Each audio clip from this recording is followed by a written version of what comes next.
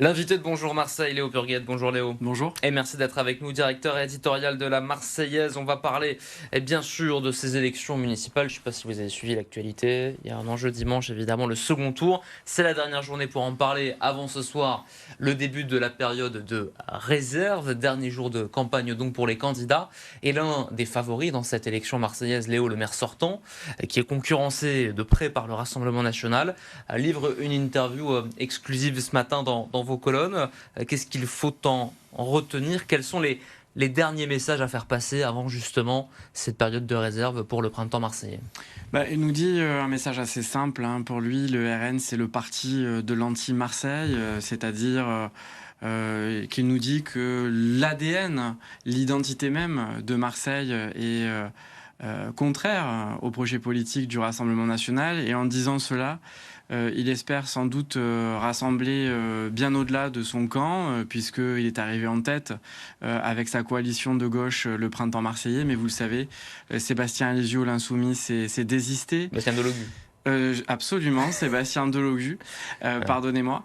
Et il y a aussi, bien sûr, probablement un électorat centriste, centre-gauche, centre-droite. C'est ce que j'allais dire. Est-ce que Benoît Payan espère aussi conquérir alors, sans doute les abstentionnistes et sans doute celles et ceux qui ont fait confiance à Sébastien Delogu, mais aussi une partie de l'électorat de Martine Vassal, en disant ça?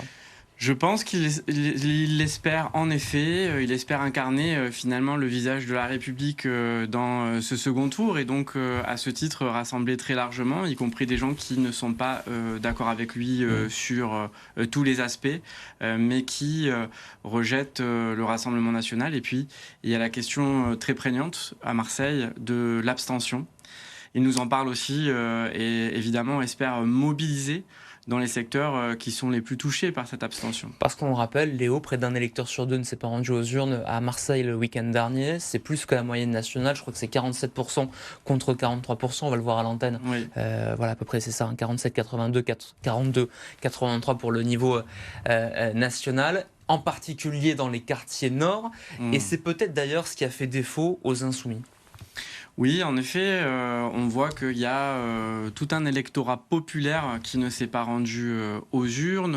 Nous l'avions traité d'ailleurs dans notre édition d'hier avec des cartes qui sont assez parlantes, où on voit que la participation qui est en baisse par rapport à 2014, parce que c'est le point de repère, évidemment, en 2020, il y avait la crise Covid, c'est difficile de comparer, eh bien, ce sont les quartiers populaires et singulièrement les quartiers nord.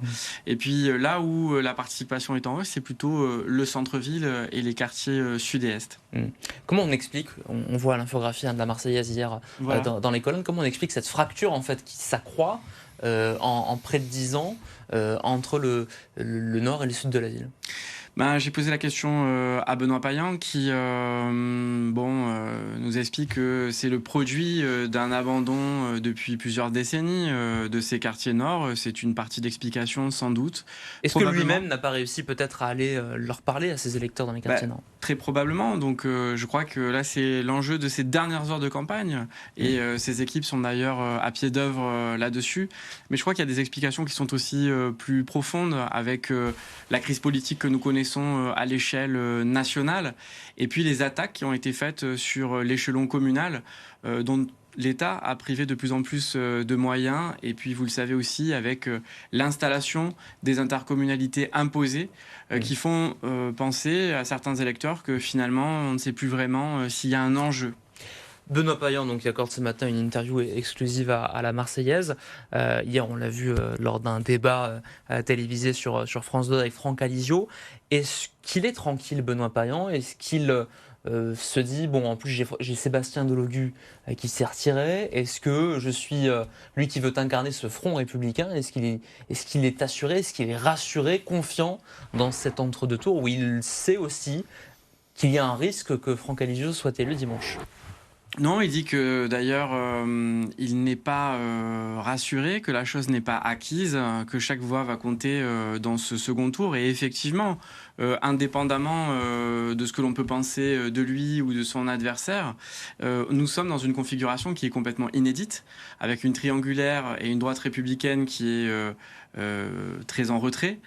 Et donc, c'est un cas assez unique en France, on le sait.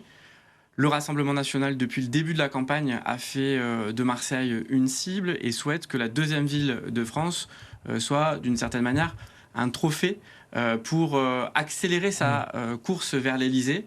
Et donc, le Rassemblement national y met beaucoup d'énergie et ses électeurs sont très mobilisés. Le Rassemblement national qui est aussi en passe de l'emporter, si je me fie aux chiffres du premier tour du côté d'Aubagne. Hier sur BFM Marseille, il y avait ce débat avec la Provence sur Aubagne, où le maire sortant Gérard Gazet est concurrencé, même devancé d'une courte tête par le Rassemblement national. C'est à ce titre que l'Union de la gauche s'est formée, j'allais dire, et s'est renforcée face à Joël Mélin, aujourd'hui député RN, qui là aussi peut emporter. Et le RN qui, dès le premier tour, dans plusieurs villes de France, au-delà de ses fiefs où les maires ont été réélus, a aussi conquis des villes que j'appellerais intermédiaires sans leur faire offense. Je pense à Cagnes-sur-Mer, où vous avez le député Masson qui a été élu largement. Là aussi, il y a un enjeu pour le Rassemblement national, il n'y a pas que Marseille.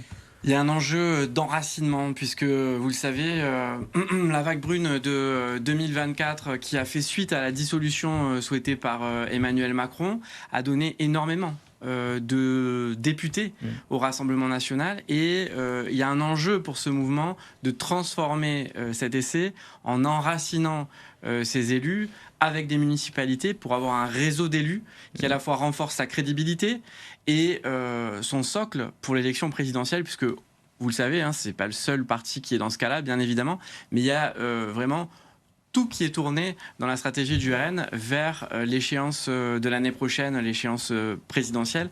S'agissant d'Aubagne, il y a quand même un fait important, puisque Jean-Pierre Scolari, le candidat de la gauche rassemblée, a fusionné avec l'un de ses concurrents centristes, Giovanni Schifani.